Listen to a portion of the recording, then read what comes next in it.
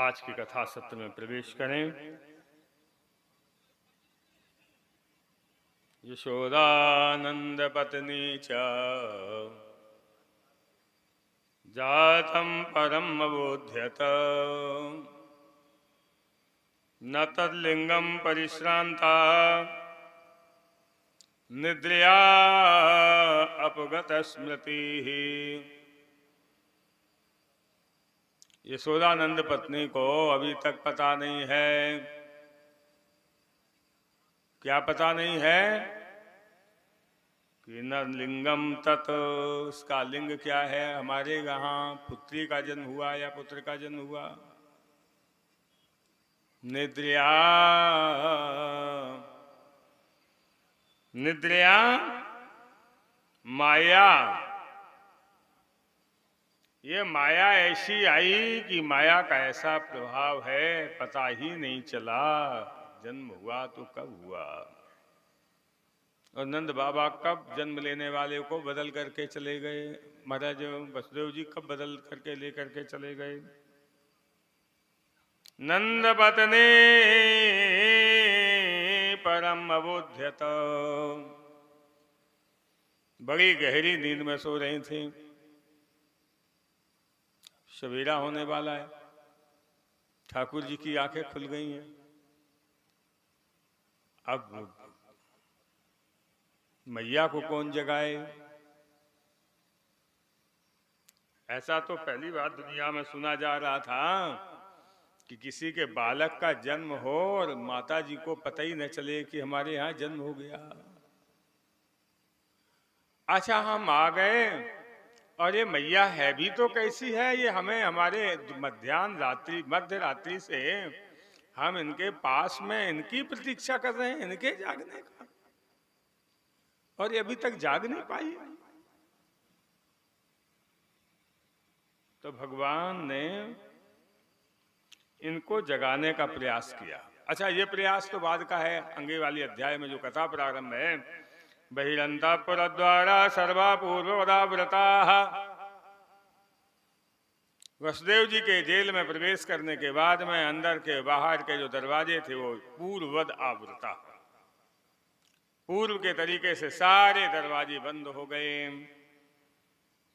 और कन्या जैसे मैया देवकी की गोद में गई तो उसने जैसे पहचान लिया हो कि हमारी मैया बदल गई। और बालक जिस मैया से जन्म लेता है या जिस मैया से पोषित होता है, उसमें पहचान हो जाती है उसकी। माया ने जैसे पहचान कर ली थी ये मेरी मैया नहीं है, तो माया ने रुदन करना प्रारंभ कर दिया।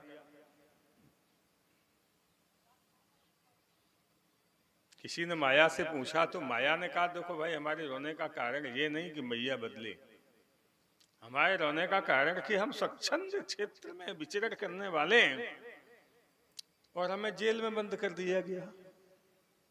ये पिताजी लेने गए थे तो जिनको लेकर के गए थे उनको स्वच्छंद में छोड़ करके आए और हमें जेल में डाल दिया। तो अब जिसको भी जेल में रखा जाता। अच्छा, ठाकुर से किसी ने पूछा कि ठाकुर, ये बड़ी विचित्र बात है कि आप प्रकट हुए और जेल के दरवाजे खुल गए। तो ठाकुर ने कहा, बिल्कुल गलत बात है, हमारे लिए दरवाजे खुले ही नहीं। तो किसके लिए खुले? जेल के दरवाजे माया के स्वागत में खुले और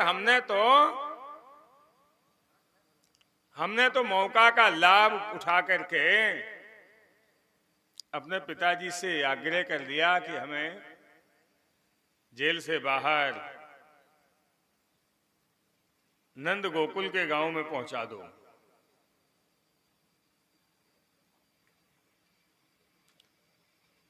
बालक के रोने की आवाज को सुनकर के सारे द्वारपाल खड़े हो गए।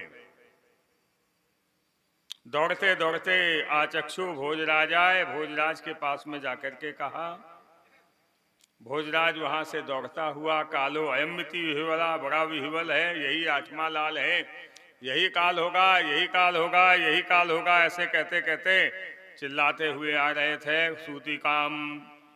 सूती ग्रहम मगातूरम पिस्कलम मुक्त मूर्धजा।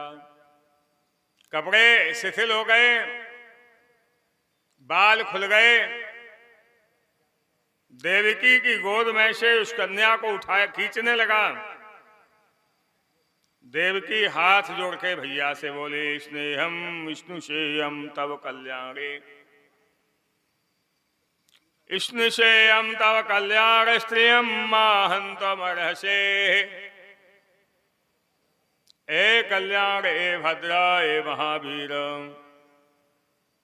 ये पुत्र नहीं है, ये तो स्नुषा है, ये तो बिटिया है।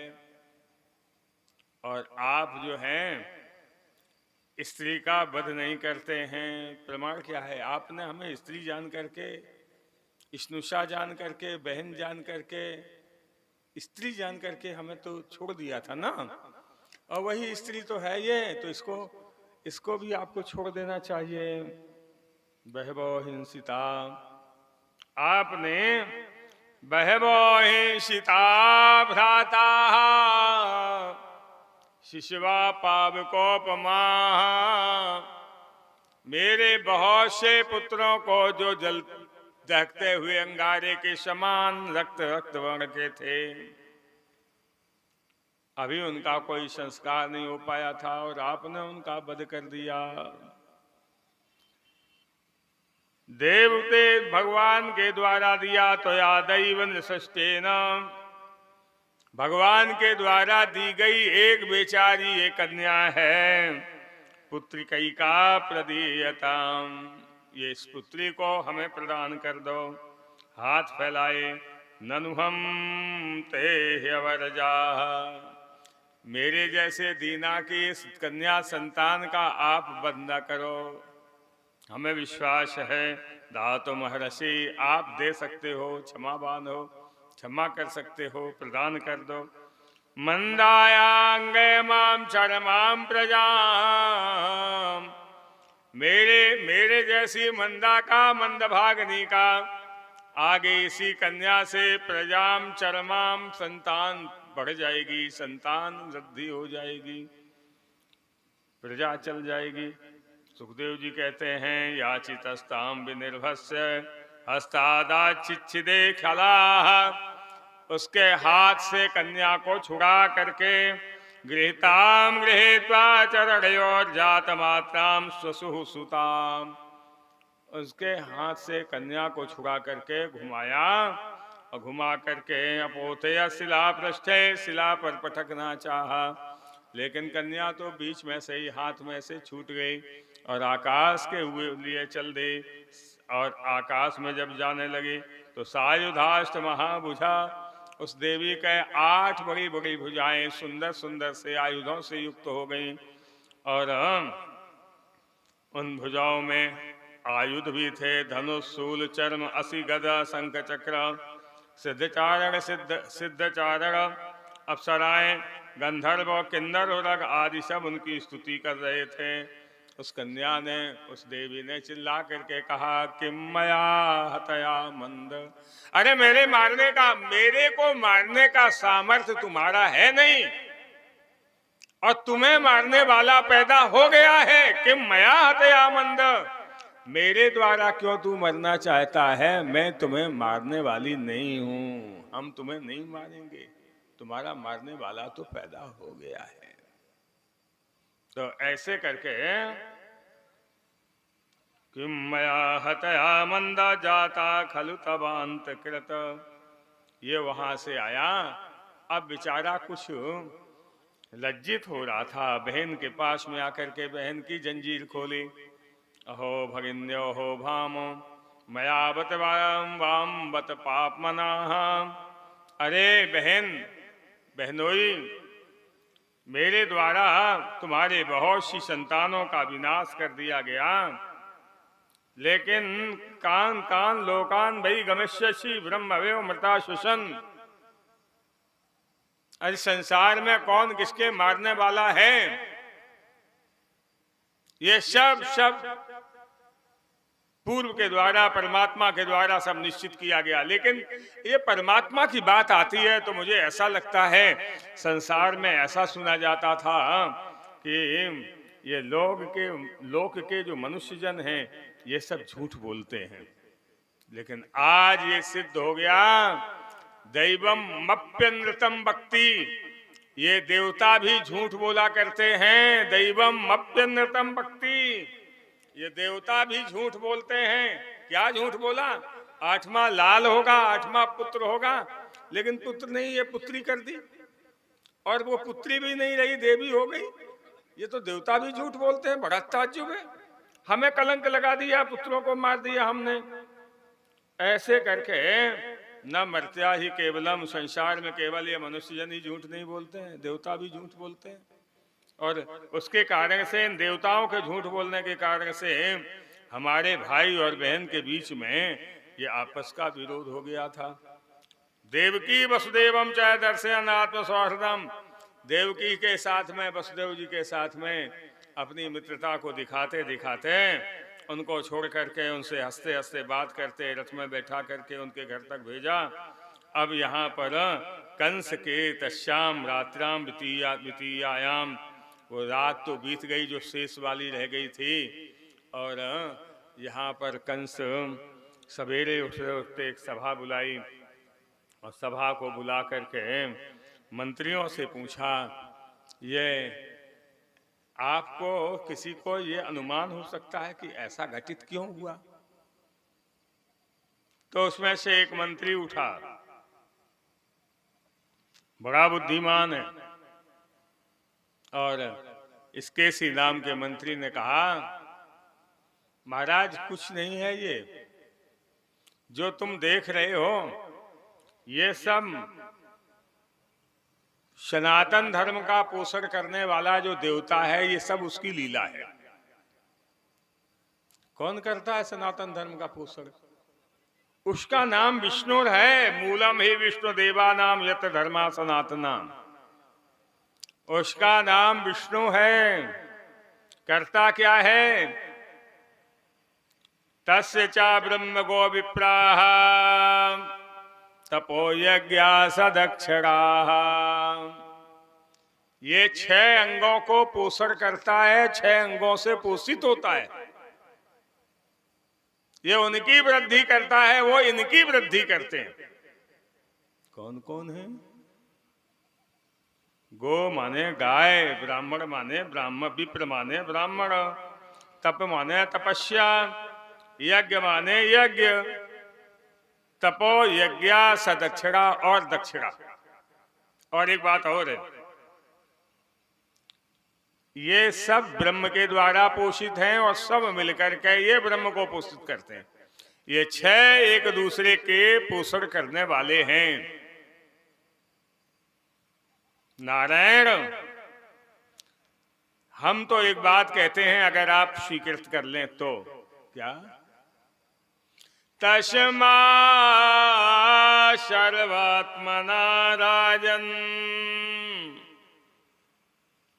ब्राह्मणान् ब्रह्मवादिनाम्।